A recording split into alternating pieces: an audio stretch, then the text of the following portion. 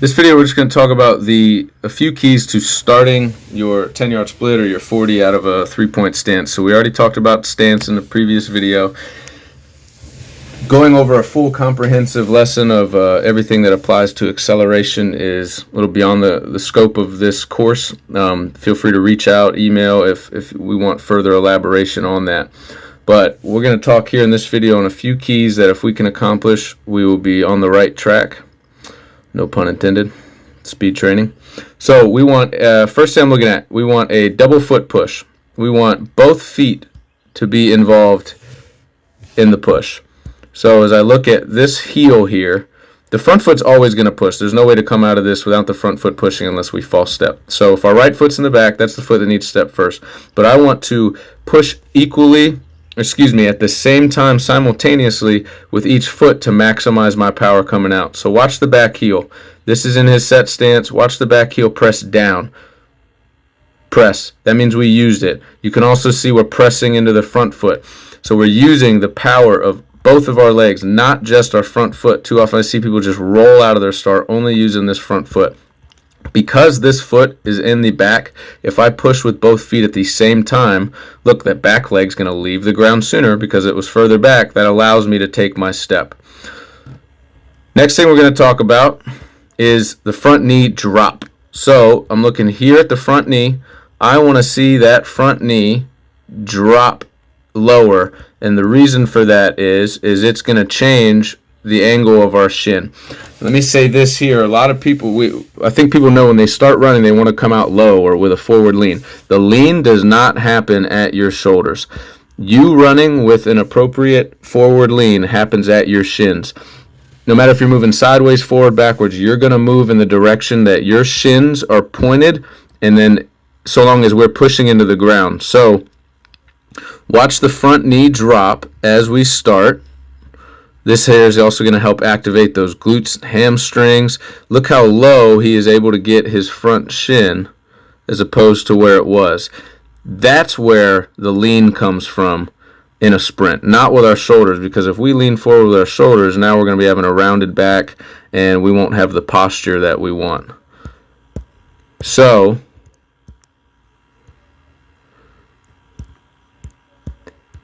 if we keep on that same topic, look how low his shin is able to get, but that we can only achieve this low shin angle if we have really good ankle mobility. So make sure you are training, and look at even the big toe is involved here. If we really zoom in, big toe mobility, as can be seen here to here, and then the ankle mobility seen there, are very important to be able to get into proper lean angles. So if you're having trouble staying low, your shoulders are rounding forward a lot, make sure you're taking care of your ankle mobility. Next thing we'll address is called low heel recovery. So what that means is, watch this back heel. We do not want the back heel to shoot up and around, which is what we commonly see, and I feel like it's common because people are trying to emulate the technique we use when we are running at top speed. But keep in mind, acceleration and top speed running are different. For the scope of this course, we're only going to talk about top speed sprinting in the next video, and acceleration. And acceleration is moving from a stop and accelerating, gaining speed with each step. Top speed is the technique that we use when we're at top speed. So they're very different. They have very different techniques. With the start, we want a low heel recovery, which means we drive this back foot low and forward. A good rule of thumb is we want that foot to come below the knee. And what that does is the fastest point from A to B is in a straight line. If I'm trying to get my foot out in front of the other leg and separate these hips and to be able to push into the ground, then I need to be able to get my foot there as fast as possible, and that's in a straight line, as opposed to lifting up and around, which is what is common with a lot of young athletes. So that is our low heel recovery. And then as we look at the first step, again, look at the shin angle. If we are going forward, we want to be able to have some backwards force application, which you can see that we are. So that being said, once we achieve our desired shin angle, we want to push the ground down and back.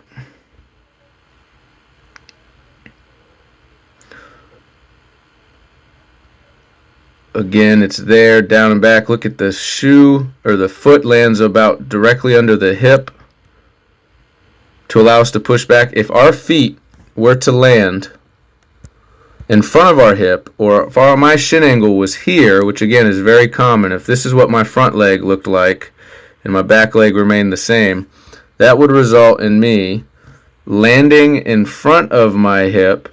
My foot would land about here, and I would be pushing straight down. Remember, we're trying to go forward. When we push down, we go up. So that would cause, if I push down here, that would cause me to pop straight up, and now I'm out of my lean.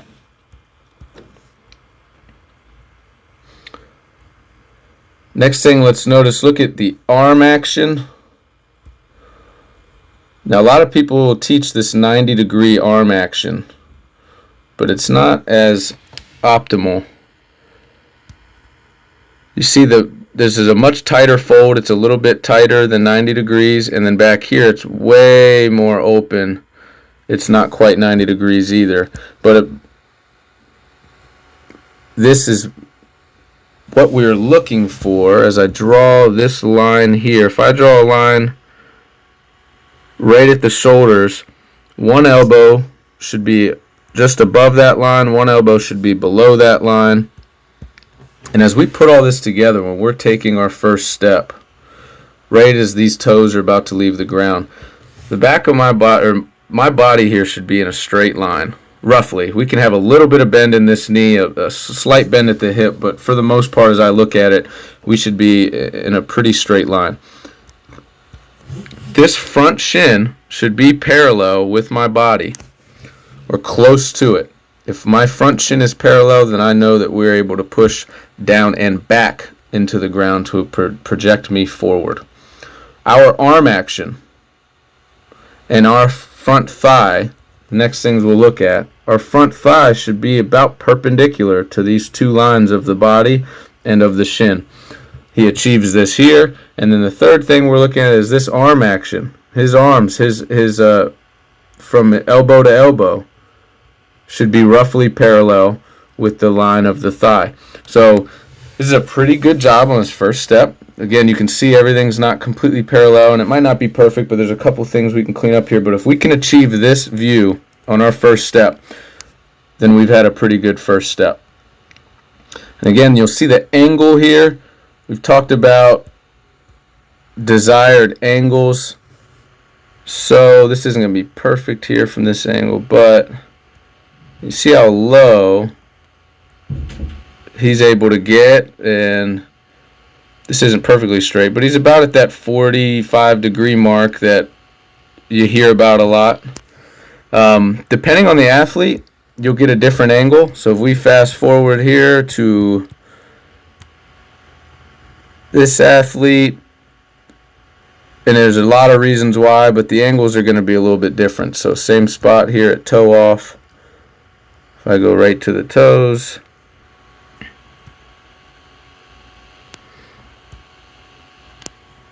you can see it's just a little bit higher. I'm not going to go from his head. He's dropping his head, so I'll go from his mid back there. You see he's a little closer to 50. Last athlete was down in the lower 40s. Each athlete's exit angle is going to be a little bit different. But that goes back to simple things such as the ankle mobility we talked about and the ability to drop that knee low. So if we're looking at here in this stance, talked about it previously in the last stance video, but this athlete here, you can see they have a big angle in that front leg. Shins are pretty close to parallel, but we need our hips to be dropped a little bit lower. So as we come out of this stance, arm action looks good. You see that arm's way up tall, and he's got his shoulders right over top of his hands. So the top half of the body looks good, but the bottom half of the body, we need to fix our foot placement so we can get that front knee a little bit more closer to 90 degrees. He does a decent job of dropping the knee, but because the knee started so high, we're not able to get those low angles that we're looking for. You can see he comes out. This athlete does another decent job if we're drawing that hashtag that we drew earlier. Back line's pretty parallel. Front shin is, back line's pretty straight, front shin's pretty parallel to that. Thigh is pretty perpendicular to that, but if you see the arm action here, it's not quite what we want it there. We want to get those arms driving through a little bit more. Next thing we'll talk about here is called a switch. And if you're familiar with wall drills, this is what they'll focus on, is when we drive this leg through. Again, great hashtag here. This is a different rep than the one. Oh no, that's the same rep. So let's go forward. Again, back leg is a little far in this stance. Front knee is about 90 degrees, which is great, but we want to get this back shin parallel to the front shin. As we push out, and this heel comes a little bit higher in his recovery, but that's a great hashtag position, as we called it. We want to switch. So you can see a little bit of an example of it here. When it's time to push, which look, we found the hashtag. And I'm just drawing a quick one. Once we find this position, now it's time to push. We want this to go back and down. When that happens, we want this back leg to shoot forward at the same time this foot pushes. There's more ground contact time when we're accelerating. So we should be touching the ground longer during this acceleration phase than when we're at top speed, when we're running fast. There's more air time. So as soon as this back foot is done pushing, and as soon as this front foot should be ready to replace it, once we achieve this hashtag position, the front foot needs to be moving backwards and the back foot needs to be moving forwards. But you'll see here, both feet move forward out of the circle. So for a second, our whole lower half was floating forward. What we want to accomplish is a switch where they both switch with each other. So let's see if we get it here. Now I'm in that position. I found my hashtag. I want to see if this front foot moves back, and that's a better job. It starts to push, and these two feet switch with one another is what we want. We want to try to avoid the float forward. So no wasted time. That front foot's ready to push. As soon as this front foot starts to move backwards, this back foot should start to move forwards. Our knees should come into a position that looks where they're next to each other. We should have similar angles at the shins, and then that top leg drives through. And you can see here's an example of a little bit bigger of a step. His front foot's going to land actually a little bit further in front of his hip than in other steps, because look at the shin angle. If I were to draw that hashtag from here, and I know it's the second step, but look at the angle of the shin. Now with every step out of our acceleration, and this is another reason that our steps in acceleration and our technique are different than top speed, with every step we should rise up to being almost vertical. So if we watch here, here's step 1. Let's draw a line. Here is step 2. Let's draw a line. Here is step 3. Let's draw a line. There's step 4. Let's draw a line. Let's think we can get one more. So you see how these are slowly starting to rise to vertical until you see at the bottom here, as he's finishing his 40, we're almost straight up and down there in that brief shot. Last thing I wanted to touch on, which goes with a lot of the points we've made previously, is the emphasis on front side mechanics.